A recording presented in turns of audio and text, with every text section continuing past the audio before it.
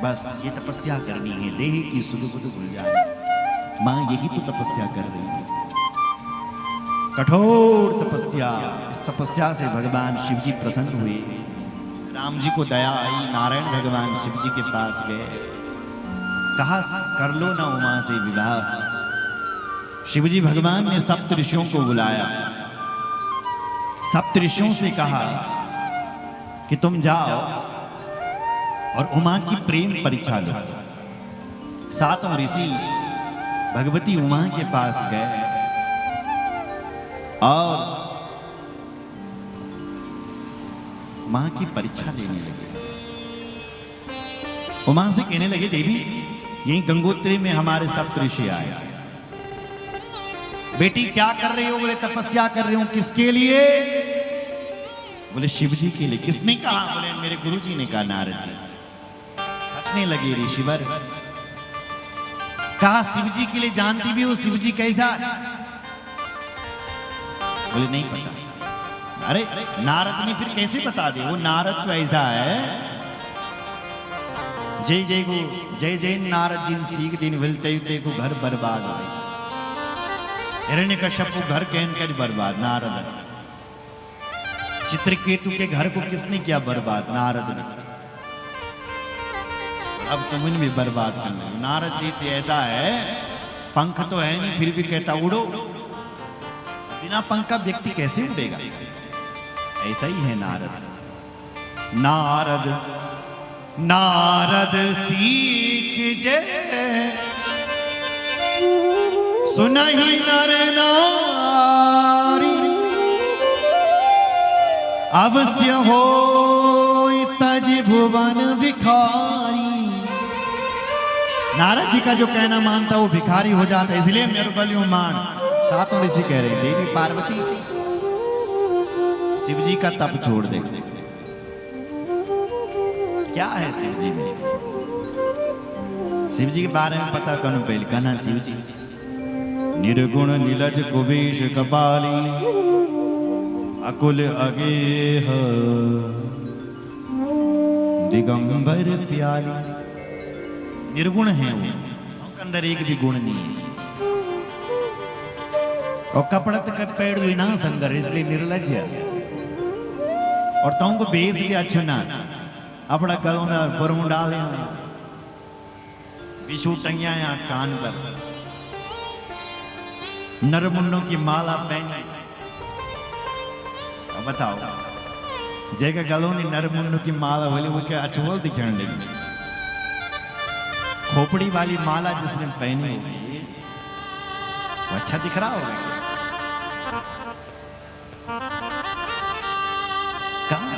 सांप अपना गलों लटेंगे। इसलिए बलियुमान सुन पार्वती, वो यदि विवाह करना चाहती है तो नारायण से कर, भगवान नारायण से विवाह कर। दूषण रहित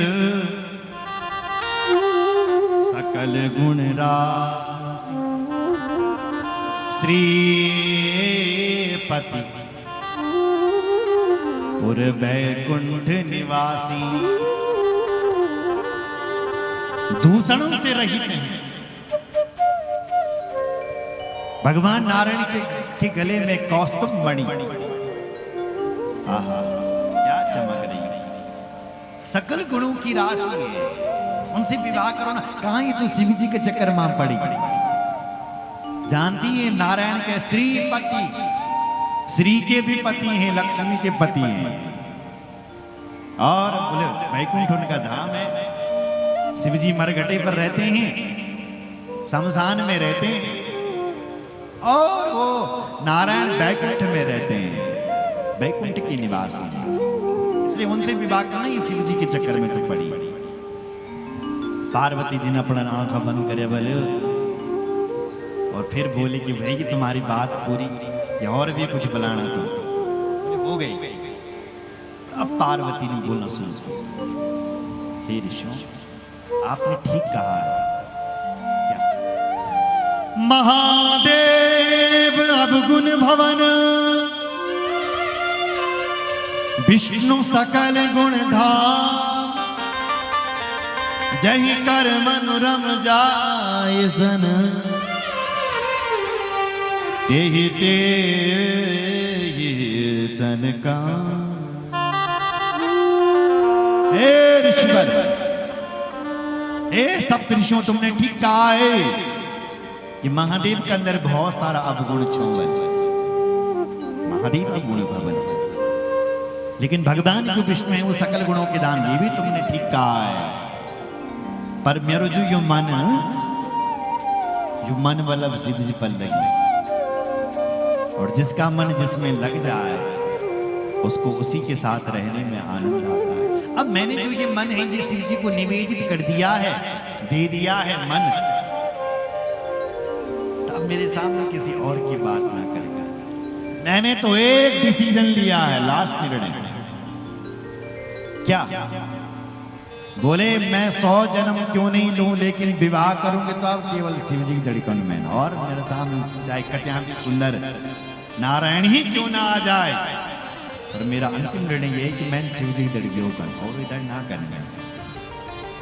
जन्म कोटि लगी रगर हमारी, जन्म कोटि लगी रगर हमारे, परहु संबुलत राहु कुमारी, परहु संबुलत राहु कुमारी, परहु संबुलत राहु कुमारी, परहु संबुलत राहु कुमारी, परहु संबुलत राहु कुमारी, परहु संबुलत राहु कुमारी, परहु संबुलत राहु कुमारी, परहु संबुलत राहु कुमारी,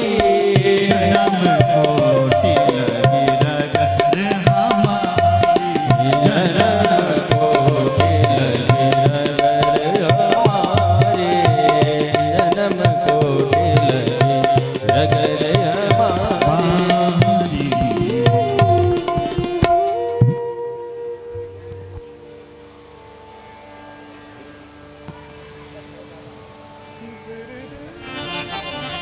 पार्वती जी कह रही है, मैं 100 जन्म ले आऊं ते मिल तैयार, पर मैंने विवाह शिव जी से करना है बस। वो जो 7 ऋषि थे आया, वो 7 ऋषि 7 मुख से बोल पड़े, और पार्वती के चरणों में प्रणाम करके बोल पड़े, क्या तुम माया भगवान शिव, सकल जगत पितुमान, नाई चरण सिर मुनि चले, पुनि पुनि हर सतगा।